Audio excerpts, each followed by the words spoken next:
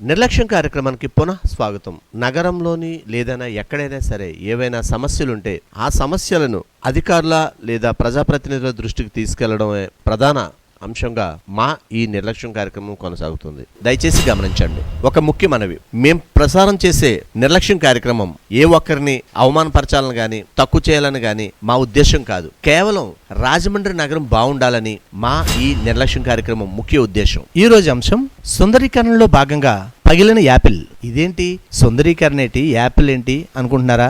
అదేం లేదండి, విషయానికి వచ్చేస్తున్నా.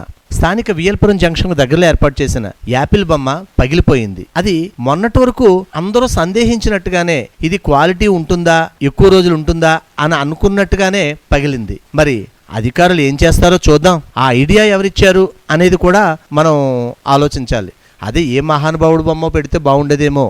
యాపిల్, పుచ్చకాయలు పెడితే ఇలాగే ఉంటుంది. పైగా అది ఫైబర్తో చేయడం వల్ల, క్వాలిటీ లేకపోవడం వల్ల అది బ్రేక్ అయిందని ప్రజలు అంటున్నారు. అంతేకాకుండా ఒకసారి ఈ ఫౌంటైన్ గమనించినట్టయితే నిర్వహణ మాత్రం చాలా దారుణమైన పరిస్థితిలో ఉందనే చెప్పొచ్చు. కట్టడం, చేయడం అన్నీ బాగానే చేస్తున్నారు, కానీ నిర్వహణ విషయంలో ఎందుకు తేడా జరుగుతుందనేది ప్రజల ప్రశ్న. ఏదైనా సరే 3 నాళ్ల ముచ్చటగానే మిగిలిపోవడం మన రాజమండ్రికి అలవాటు అయిపోయిందంటున్నారు ప్రజలు. చూద్దాం ఏం జరగబోతుందో.